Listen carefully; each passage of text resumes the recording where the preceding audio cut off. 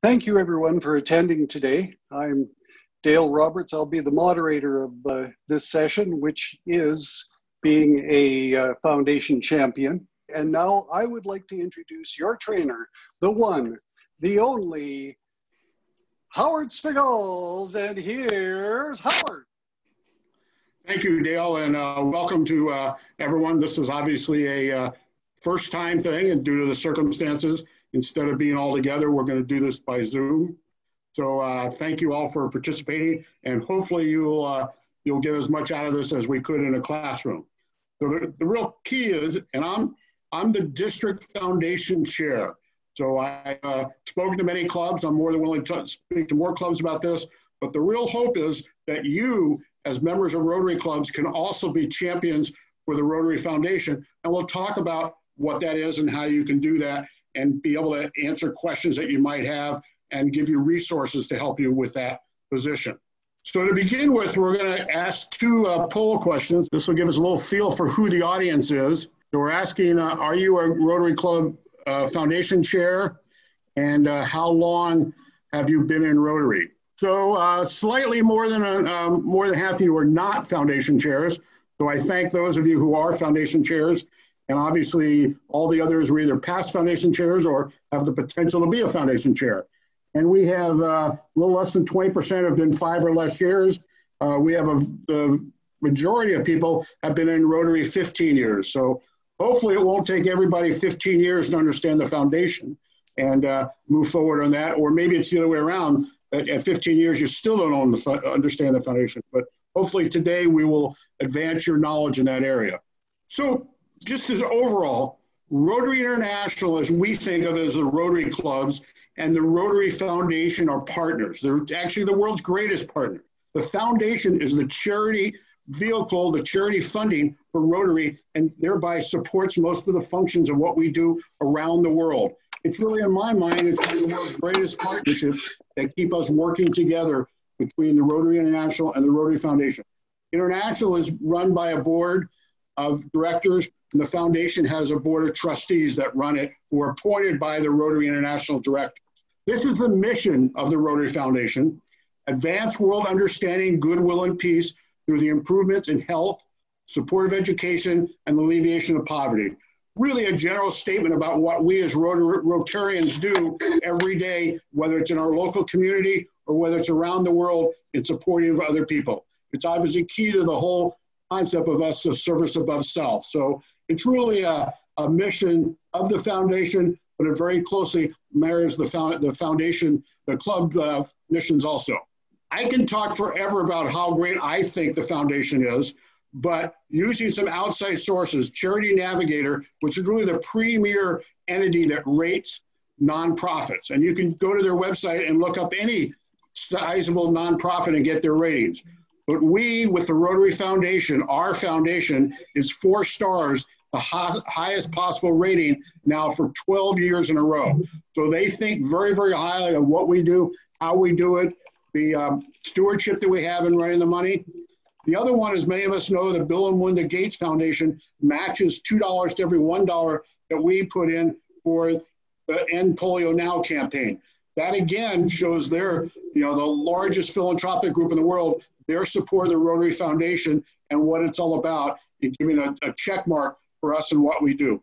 The third one, which it's carefully oversight by Rotarians.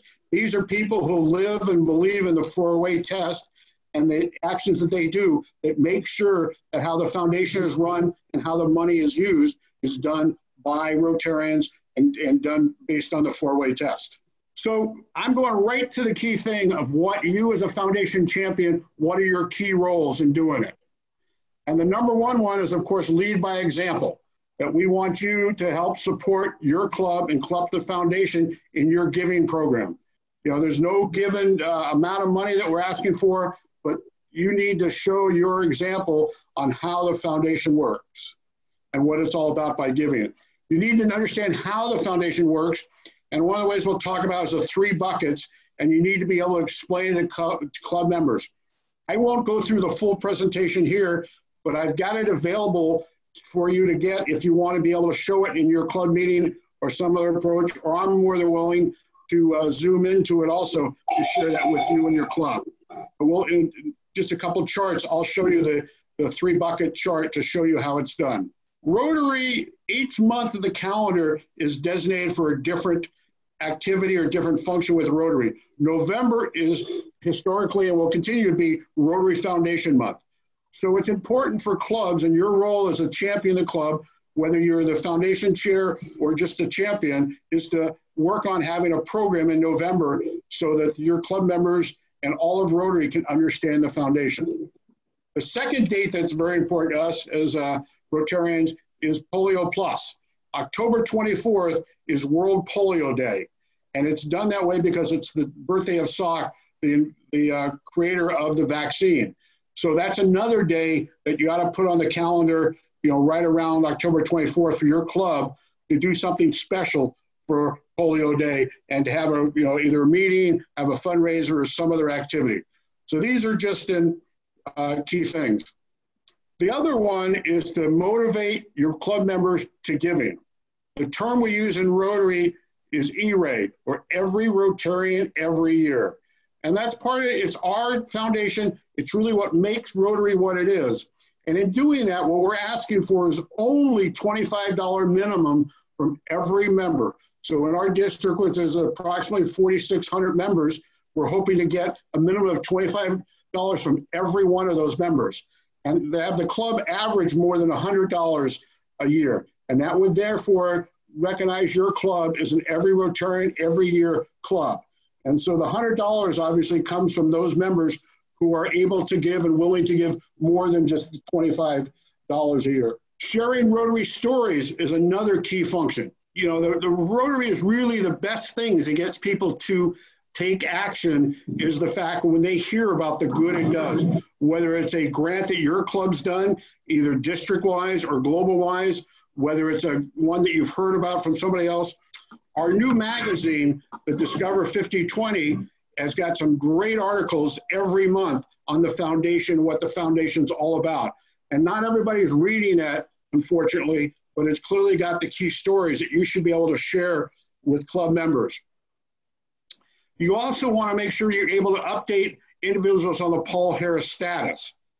Paul Harris Fellows, as we all remember, is that when somebody has accumulated $1,000 or point equivalents to be able to get a Paul Harris Fellow, and every subsequent amount gives you an extra Paul Harris Fellow until you've accumulated $10,000 in cash where you become a major donor. So there's various different ways to keep that informed. Some clubs, in particular, just using one example, the Lakewood Club actually has somebody at the check-in desk that actually can give everybody their status. Are they close to their next Paul Harris Fellow? Are they halfway there? What level they are? This, in some clubs, just doing it once a month would greatly increase the awareness and the knowledge of members on their Paul Harris status, and then they're hopefully encourage them to contribute more. Every club should do a Paul Harris Foundation or a Rotary Foundation moment, either weekly or monthly. And I'll show you a source where those exist from to give you access to getting those moments. It could be just about the water project, could be about polio, it could be about the grants, about what we're doing now for the COVID, the disaster relief plan for that. All those are types of things that you should share. We're talking about a minute or two or no more than that, just to, again, to keep the Rotary Foundation in top of mind of club members. Showing a video is also available. There's a whole collection of videos out there, and many of them are clearly under 5 minutes that show some of the aspects of a club. I think almost all clubs now, particularly as meeting on Zoom, are able to show videos, and whether we're back to when we're meeting in a regular place, can show a video for a short period of time, possibly weekly, possibly monthly, but there's a whole collection of videos. All of them are very, very impressive to make sure we know what our foundation is doing. In cooperation with your club president, you want to be able to figure out how to use the Paul Harris points that your club has. Virtually every club has accumulated Paul Harris points, and that's Paul Harris points are received by donations to the foundation, to the polio campaign, or the grant. So in many cases, clubs have contributed towards a grant, and therefore they receive points, and that can be looked up, and you can see how many points you have. And the best thing to do is to use those sort of incentives. There's some clubs when a new member comes in, and if they donate $100, they will get them $100 points to get them on their way to their first Paul Harris Fellow. Other clubs will have a special program where maybe once a year they'll offer so many points given for so many dollars of contribution. So a foundation champion working with the club president can work on an incentive program to figure out what the best way to use those points to encourage contributions. Contributions are, of course, what we need, and that's what funds our grants and our programs. So it's important that we keep that coming. The check-in foundation desk, that was the one I talked about before, where you could use that to help members understand where they are and how they can make things done. One club in particular, I know at the beginning of the year, gets their members to submit a pledge form, and that's where they pledge how much they're giving to the Rotary Foundation. They also include on that fund, or in that pledge form, how much the individual is going to give to the polio campaign, or how much they're going to give even to the local foundation. All those are important areas to work towards and important areas to do it. And a pledge form is just one possible way to encourage that. Collecting change, using Happy Talk funds, those are all other things that people can do. A while ago, people had the sock collection, where people took a clean sock, hopefully clean, and put their change in it, and then were able to do that and accumulate it, and then make that as a contribution to the foundation. Other clubs use their lottery system to award Paul Harris Fellows with the cash that's received. But most important, it is for you working with the foundation chair and the club president to celebrate when somebody gets a Paul Harris Saturday, whether it's their very first one or whether it's their 9th one, or that it's all areas for reasons for celebrating. That's a milestone that we in Rotary are very, very appreciative of and encouraging people to go. There are banners a club can get annually for their contributions. The first one is a 100% foundation banner, which is where the club, every individual has given $25 and you've averaged more than $100 to the foundation. And that would include both the annual fund and also the polio fund. You could get a more specific one, which is 100% to the annual fund banner. So those are two banners that you, working with your club, should set as goals to try and achieve it. There's also a 100% Paul Harris banner. That's where every club member is a Paul Harris Fellow and has received that. And there's actually an ability to not include members who are only in the club less than a year. So it's really all club members who've been in Rotary more than a year. The 100% Paul Harris Society one, those are members who have pledged $1,000 or more every year, and therefore a key component of our Rotarians who contribute to the foundation. This has not been achieved by any club, but we obviously, hopefully, someday a club could be able to do that. The other one we do, which takes into account both large clubs and small clubs, is we award the top 3 clubs in our district on a per capita giving. So those clubs that have achieved the highest dollars per capita giving in any one year is awarded also banners. So that's obviously out of some 90 plus clubs. That's a very distinct honor to do it. And the amount of money is someplace typically in excess of $500 per member. So it's a sizable contribution. Sometimes it's driven by one key member giving a sizable amount. Otherwise, it's all members giving sizable amounts. So other things that you as foundation champions can do. And again, this was the key part of the presentation. We've given this presentation in prior years and people felt we didn't give enough clear action. So this year I start right off with the clear actions of those things that you can do. A fundraiser for Polio Plus. Polio Plus money annually is going to raise 2 different ways. Sometimes, we like individual contributions where people give it, but we also like clubs to have a special fundraiser. Clubs in particular, some do something for March Madness in the basketball pool and that money goes to it. Other clubs do use their lottery to raise money for the Polio Plus campaign. So be creative, be encouraging, and obviously our polio campaigns are a great cause and would thereby help people to be able to do it. We're also looking for you to be on the lookout and for recognition of people who are possible to give a major gift to the foundation. A major gift is a donation of $5,000 or more. You're a major donor when you do $10,000. But if you know of somebody that in your club is, if they've just gotten a windfall, whether they've retired, sold their business, or some other one, and they're obviously a supporter of the foundation, you can, forward the namers, and we've got special people in the district who are basically those that will work with them and obviously encourage them on possible ways for their giving. The other one, which is almost too straightforward, is to encourage your club to apply for district and global grants. Clubs that do district and global grants are more likely to give more to the Rotary Foundation. So every club, should do at least a grant, each year, and particularly a global grant, or work with a group of clubs like we have up in the Mid-Island group that does global grants. But therefore, that also shows the power and the strength of our foundation. Back to the three buckets, just to spend a few minutes explaining, how the foundation works for those that do. There are really three components to our foundation. The Polio Plus campaign, which is where those funds are used to try and eradicate polio. And I'll talk in a second about an update of where we stand on that. The middle one, which is the largest part of it, is the annual fund. And that's really the funds when every Rotarian every year gives to. And that supports our annual, our programs and grants, whether it's a district grant or a global grant. The endowment fund is those monies where you basically are received primarily from a will or a estate or a special donation in memory of somebody. And those are where the principal is never spent and only the earnings are spent on that. So it's a permanent way. It's a way for you to keep giving to the foundation even after you're gone. And the only thing that's hurting this case is your children's future inheritance. But the Rotary Foundation will use the money wisely in their behalf.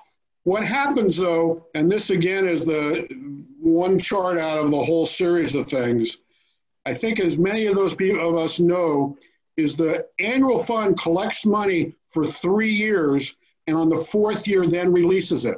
That money is invested during those 3 years and the earnings of that annual fund sitting for 3 years is what pays primarily all the operating expenses of the foundation. So every dollar you actually give to the annual fund or the other campaigns goes to work and the overhead is paid for by the earnings on it. It's kind of a very unique structure. It's something that Charity Navigator points out as one of the key things about it. Is when you make a donation to us, you're making a donation to an actual cause and the overhead is covered by the earnings for those 3 years. The endowment fund right now has somewhat excess of $1 billion of value there. About 350 million is in cash. The other 650 is what is referred to as expectorants, and that's money that's been pledged out of a will or an estate or a life insurance policy. And that 350 million of cash kicks off between 15 and $20 million of earnings each year. Rotary clubs give on average about $120 million to the annual fund. So each year, Rotary is eligible to give away between 130 and $140 million of money through various different approaches to the various different clubs around the world and how we spend money. The neatest thing is there's not a group of people at headquarters deciding how to spend this money, but it's club like ours who decide how the money should be spent by applying for grants. One of the resource guides, and I'll actually get it and email it to you after the class, is on our Zone 26 and 27.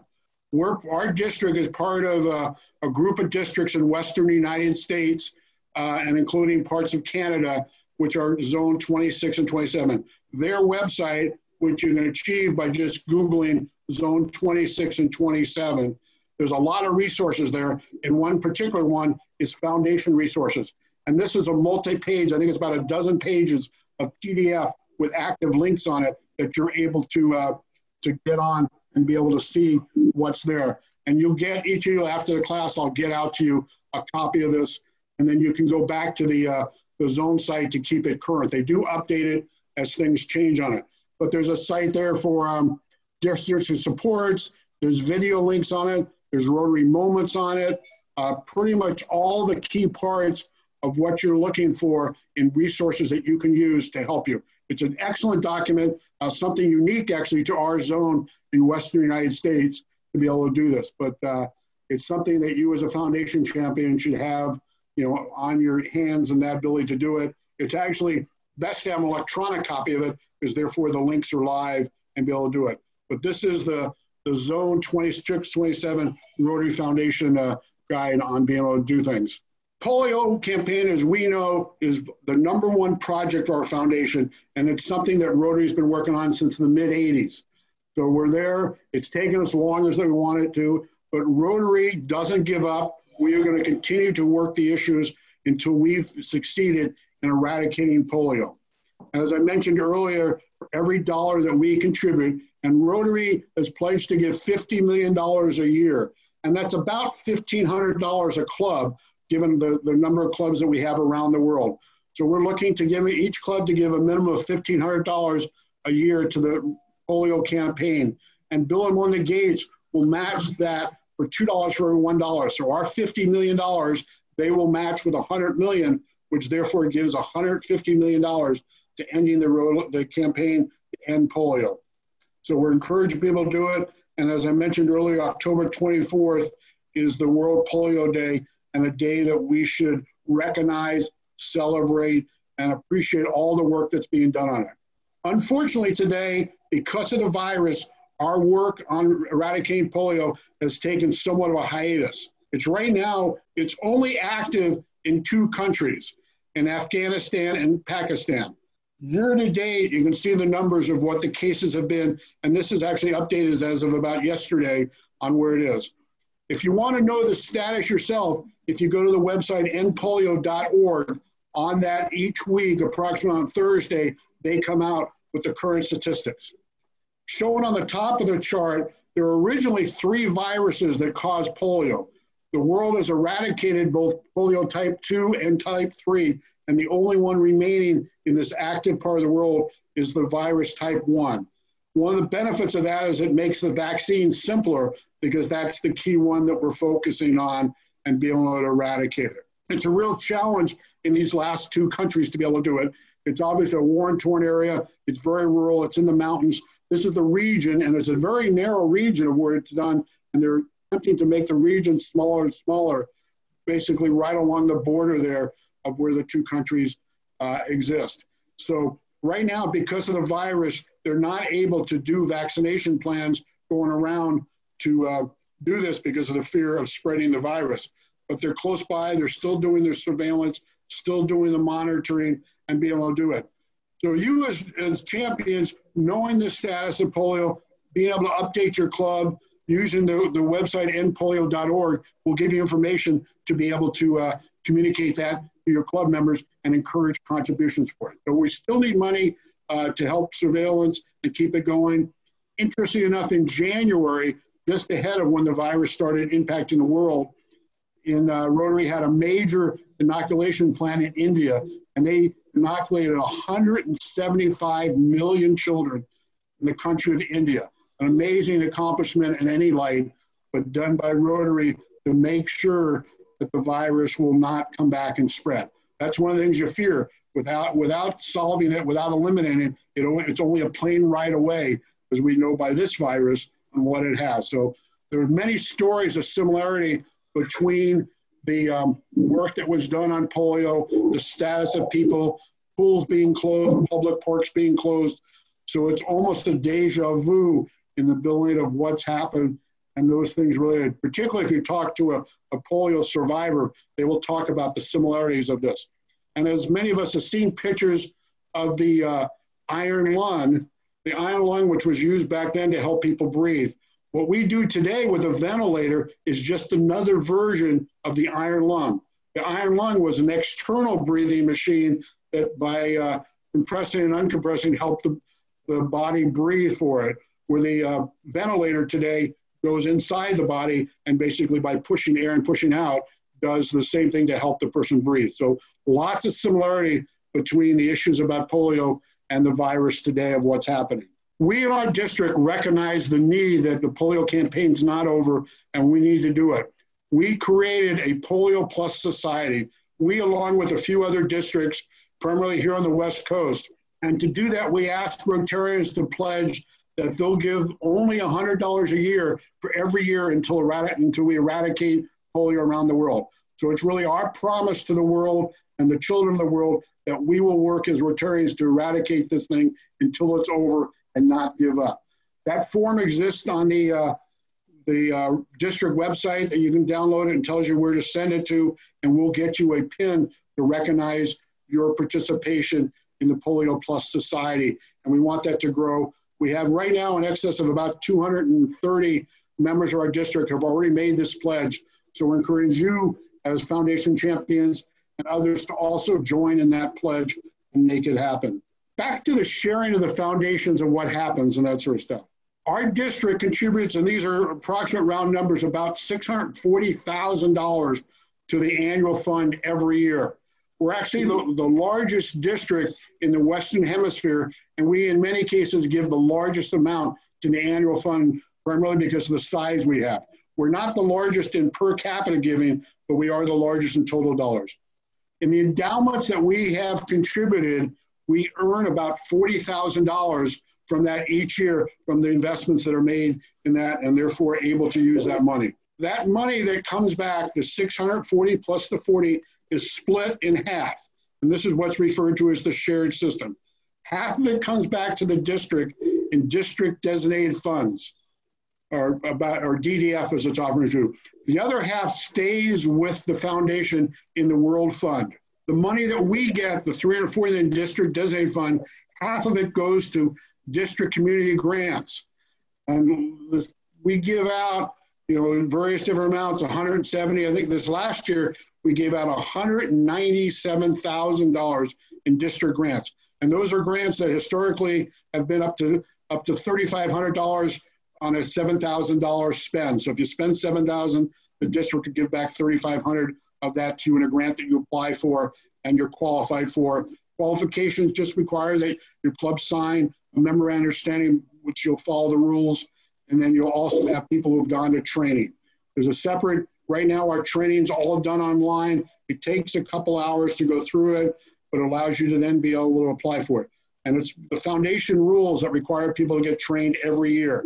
Again, another thing that seems like it's a lot of extra work, but it also gives us our high rating because of how much people support it. The other half of the money that we do goes to global grants.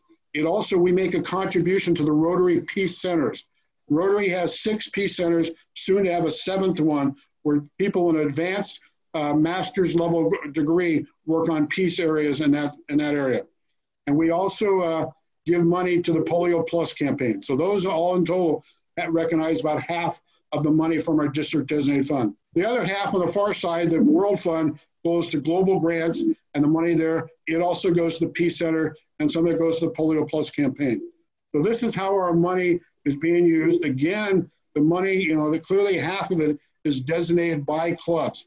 The global grants that the World Fund gives is, again, matching those grants that members have chosen and picked to spend the money on. This is just a short example of some of the 68 district grants that we gave in the current Rotary year on 1920. And there's just a whole list of those various different things. A lot of them food banks, some of them domestically, some of them internationally, school supplies.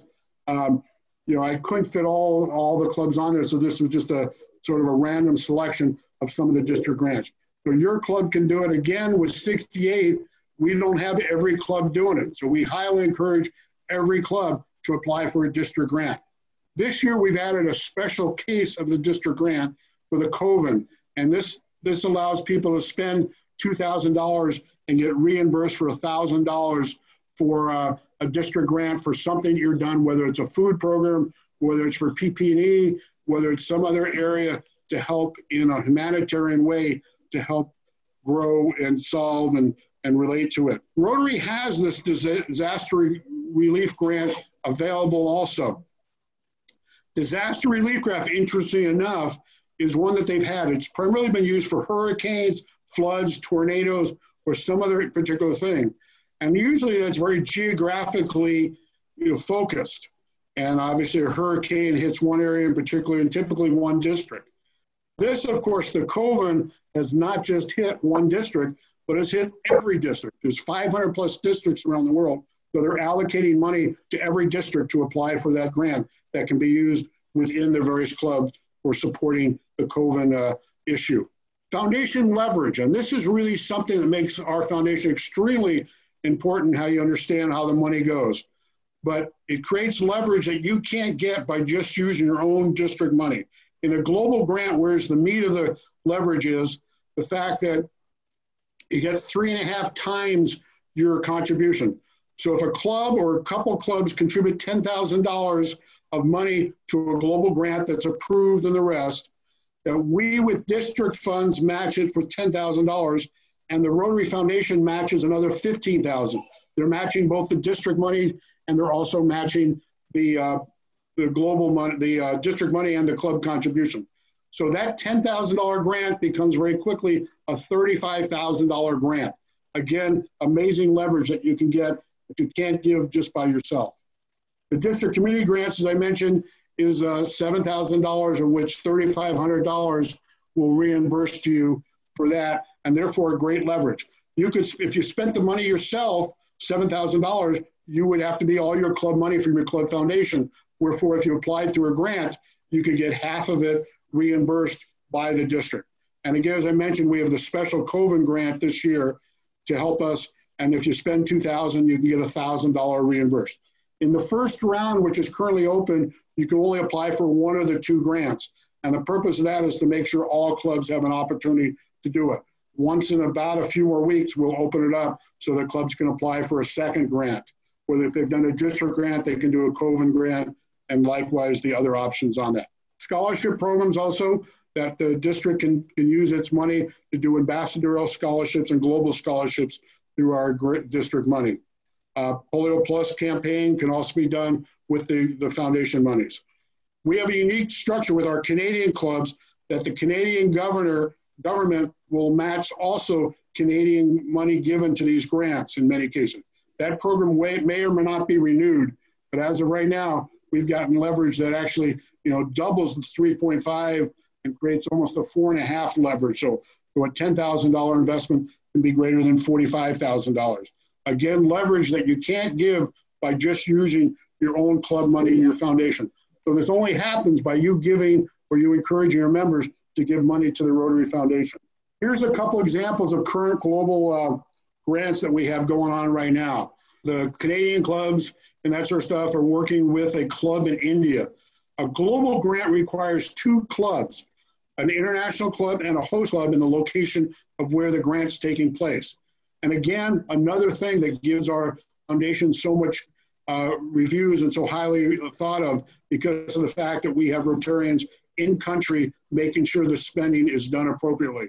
We don't just drop in and helicopter in to spend the money. But in this case, they spent about $12,500, got a budget of $65,000 in the first case to help with basic education and literacy. In the second case, again, another group of clubs there, both on both sides of the border, have been able to also leverage sizably their monies. In this case, they're working on a gang prevention area to do peace and conflicts down in Colombia. Just 2 current examples. We have about 30 global grants in process right now in our district. Most global grants take more than 1 calendar year. District grant, whether it's a COVID grant or a traditional district grant, all have to be completed within the current Rotary year. So they're clearly shorter projects where a global grant is clearly a longer one, and that's the one that requires 2 clubs. You could do a district grant internationally in some of the location, and many of our clubs do that. That does not require a foreign club to be able to support that.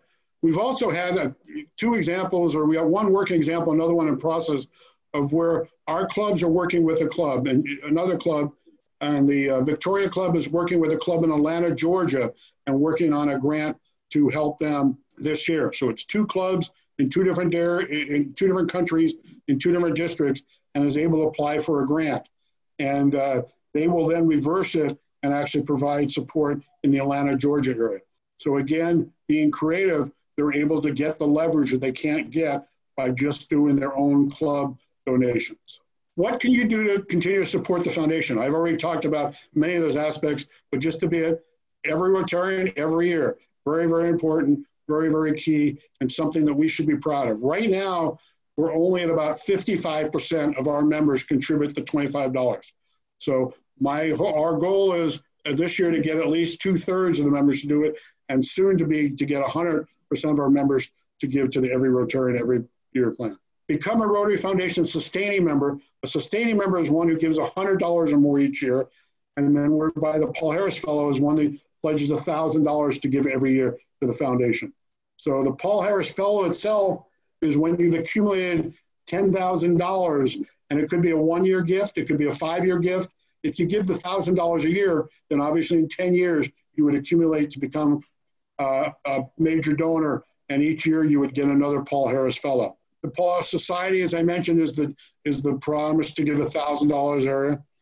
A benefactor is one who in their will or the state, and you don't need to open your will, you can just sign a document that we get for you, which is basically referred to as a codicil, an agreement from your estate that you would give money. And a benefactor is one who's willing to give $1,000 to the foundation from their estate or from a life insurance policy. And a bequest society is one who gives a promise to give $10,000 or more. And then we have multiple levels of the bequest society, much as we have multiple levels of Paul Harris. The last one is the major donor, Art Klump, who was the 7th president of Rotary International. And we've set aside, he was really the one who basically created the foundation and began it with the $26 after the first Atlanta convention. And a major donor of the Art Klump Society is somebody who contributes $250,000 or more to the foundation. Obviously a very sizable contribution, something that not all of us are able to give.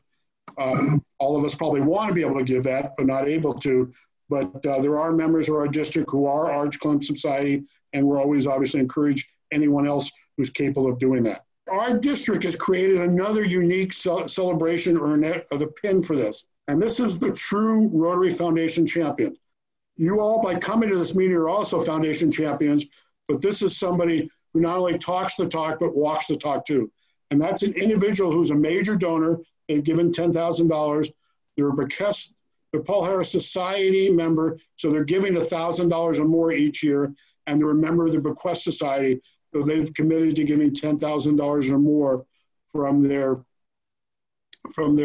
area and that sort of stuff. So we thereby recognize that with this pin that's shown here as the Rotary Foundation champion. Dale, who is my co-host here, is the one who champions this right now for our district, and we will help get to anybody who has actually met these criteria, the appropriate pin and recognition. Again, it's a celebration that we recognize the members. We have multiple members who've got all 3, and then we've got several members who only got 2 of the 3, so we encourage them to get the 3rd leg to this true Rotary Foundation champion. The banners I talked about before, 100% Paul Harris, 100% Paul Harris Society Foundation, the top 3, and that's recognized at the end of each Rotary year. We're actually partly into the new Rotary year. The new governor will, and many times do it. We'll figure out how we do it now if we're not traveling, but again, we recognize that. And in fact, the magazine that's about to come out will talk about the status of that right now and what clubs have already qualified and what are the current top 3 per capita giving clubs. We go right to the end of June, though, before we determine who the final 3 are. So you can take a list of that and see whether or not you're able to get up to the top 3. One of the things that we encourage also is Rotary Direct. There are lots of ways to contribute to the foundation. You can do it online by going to Rotary.org. You can mail it in. You can give it through your club treasurer, or you can sign up for Rotary Direct online. And therefore, to become a Paul Harris Society member, it's only $84 a month that you can do it, or you can do it $250 a quarter. The Rotary Direct is one of the Beck messages, and it takes the work away from the Rotary treasurer. It reduces the amount of paperwork, so we're highly encouraging you to do that and to become Rotary Direct participants and support the foundation, where the money can come out of your credit card. You can earn whatever points you earn on your credit card account, or it can directly come from your checking account, and it automatically continues either monthly or quarterly or annually, whatever you set up. If you want to give more money to either the foundation or the polio campaign, if you want to do both, you would set up 2 different deductions, or you could do one or the other. But if you want to give both, you'd set up 2 different ones, and they would come out of your your credit card or your checking account on whatever basis you asked for it to be done. I personally just do it once a year and have it done Rotary Direct from my credit card account. Recognition points, I've referred to them before, and it's one of the hardest things that people understand, and you as Foundation Champion should be ones who fully understand it. That Rotary allows everybody who gives $1 to the annual fund, the Polio Plus Fund, or a qualified grant, 1 point for every US dollar donated. These amounts can be contributed or transferred to another person for their recognition. So if somebody has 825 points, you can recognize them to get a Paul Harris Fellow by transferring 175 points that you have. You can't give it to yourself. You can give it to family members. I've used my points to give my late wife a Paul Harris Fellow or my daughter a Paul Harris Fellow. So those are all possible to do. And club also, as I mentioned earlier, have points that can be used. So we encourage Rotary clubs, Rotary members to use these in recognition of others and encouragement of contributions. Lots of reports are available, and I'll skip through this very quickly just so we have some time for Q&A here. But on Rotary.org, there are a whole series of reports that are available. So you have to have a Rotary thing. You can look at the contribution reports, which shows members and what they've contributed, whether the Polio Plus campaign, the annual fund, or the endowment fund. There's lots of details of what they've done. There's a donor history. Each member can go onto Rotary.org and see their history of donations, what they've given to each of the campaigns, how much they've given cumulatively, and therefore it gives them top of mind of being able to see where their donations are. The Paul Harrison Fellows and Benefactor Report can show which club members by club have received those areas.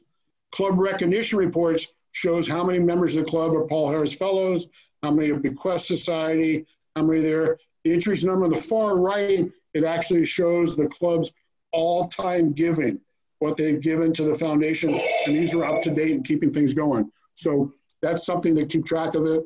We have 3 clubs in our district who have given more than $1 million to the foundation. Very, very impressive. And when you hit the $1 million mark, it's a time for a large celebration. The Lakewood Club a couple years ago hit the $1 million mark, and the president of Rotary International, actually the president-elect for Rotary International, came out for the celebration. The Banner report sees where you stand on being able to achieve every return every year. This is, again, the major donor. It has a list of who are major donors and who have it. There's also a graphic display of what your club has done over the last several years, what their goals are, how much they've contributed to the annual fund, and a lot. So this is a useful report of keeping track of those contributions. The club president and the club foundation chair have access to this one, and you can work with them if you're not one of those positions to be able to get access to these charts. So the real question now is, what will you do as a member of listening to this foundation? You're obviously, the fact that you've already signed up to come to this class, gives us the impression that you are clear in wanting to contribute to the foundation and the like. So therefore, I thank you for that. Talk to your action. What we'll do now, we will get you the survey. It will come to you in the email. Right now, I'm the access point for the Washington clubs. Our past district governor, Greg Gillis, next Rotary year is going to help with the Vancouver Island clubs and be resources to help you. And as I mentioned earlier, Dale will continue to be the resource for the foundation champion and the like. So those 3 names are names that you can use to help you with resources, whether it's a presentation or access to reports or some other ability to do that. If we could, Dale, open up for questions and see how we could respond to any of those things for the last few minutes we've got. Certainly. If anyone has any questions that you haven't put on the chat. Hi, Howard and Dale. I have a member in my club that got a Paul Harris Fellow before they were a member, okay? And they're not listed on our club. How do I get that updated? The easiest way is to talk to the contact center at Rotary International. Okay. So actually what they probably have is they have 2 different Rotary numbers. So even non-members get a Rotary number. So that original one was done on their Rotary number, and the contact center can merge those 2 accounts and keep the one doing. Okay, thanks. And we have Kay Gagnon. Hello, and thank you for teaching me how to raise my hand. I hadn't been able to figure that out yet. I had a question about the points. I'm a fairly new member, and we recognize people that make the Paul Harris Fellow, and many times they're surprised. So is that because someone in the club saw that they were near the $10,000 mark and gave them points to get them over the goal? I still don't understand how the points work. Yeah, so it's not 10,000. Each Paul Harris Fellow is 1,000. So the report, and I've done that because I, obviously being a contributor, I have lots of points. So if a member of a club has, again, the 825, they need 175 points or $175. Surprisingly, I don't give dollars on somebody else's behalf, but I do share my points with somebody. So they will therefore reach the $1,000 point level to get there, and therefore get rewarded as a Paul Harris Fellow. We find that once people get their first one, they're more apt to keep growing and keep getting more for it. So if they actually look at their donor report, they can actually see who made that contribution on their behalf. It's not a hidden secret, but that the donor report, which you can get on Rotary.org, will show where their contributions have come from. Okay, thank you. And we have Dawn Hankins, who I have unmuted, and then we have a question in the chat from Kathleen Farrell that we'll get to. Hi, Howard. Go ahead, Thanks for this presentation. It was really interesting. Thank you very much. I wanted to know what somebody wrote in the comments. What EREY, E-R-E-Y? What does that stand for? Every Rotarian, every year. Okay. Okay. We at Rotary have 1,001 acronyms, so that sort of stuff. In fact, in Rotary 101 class that I teach, we actually give out a list of about 500 acronyms that are used. PE is always one that's, unheard of, but we at Rotary, and it's, somebody got to be real careful about new members, because new members feel like we're lost when we use lots of acronyms. Yeah, I do struggle with that, but I do have like a second question there about that where you're giving that fund to a member of your family as a part of that fellowship. So I'm taking it that family member then is a Rotarian? No. No? No, you can give a Paul Harris Fellow to anybody, or actually you can actually include giving it to an organization. Oh, right. So yeah, in this case, either my wife or her daughter are Rotarians, but it's an honor to give to it. The Gig Harbor Clubs, once a year, we have a Star Award where we take a person from our community who is basically follows the Rotary things and are not Rotarians, and we award them a Paul Harris Fellow each year in recognition. And many of them, have become Rotarians afterwards, or in some cases, they are obviously just quite honored to have it, particularly when they hear about the Paul Harris. There's been dignitaries, kings, queens, and other people who have also been awarded the Paul Harris Fellows. Oh, that's good to know. Thank you very much. In the chat, Kathleen Farrell asks a question that I think is very pertinent to a lot of people, and that is, I have a friend who would like to join Rotary but has limited resources. She can afford the dues and can donate a limited amount. However, she's uncomfortable with the frequent asks for money. How do we include people like her and make them feel valuable? So I believe that, it's a good question. It's clearly something that you and your club needs to do it. As you can tell, the foundation, our ask is pretty minor. Literally, we're asking for $25, which is only a couple Starbucks a year to be able to hit the $25. So there are lots of asks, some clubs more so than other clubs, and many of the other asks are for contributions that the club wants to do locally. So I think, really the culture of the club, but you as a club who want new members have to recognize it, particularly if they're a public service, a teacher, or somebody else who doesn't have the disposable income, or they're a single parent, or any of those other things. So we at the foundation are recognizing that and literally are just asking for $25 per member, which I hope, can actually be afforded by everybody. I think you mentioned, in the question mentioned, somebody only has limited resources. We're hoping that $25, but the club needs to recognize that and be careful about it. It's asked for more than that.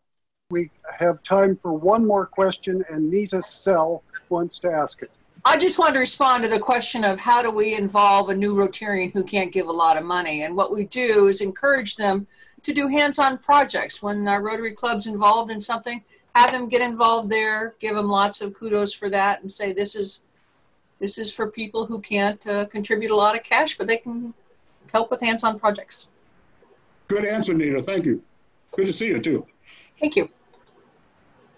Okay, so I am going to thank everyone, especially Howard, for this presentation. Thank you all and have a good day and support our foundation.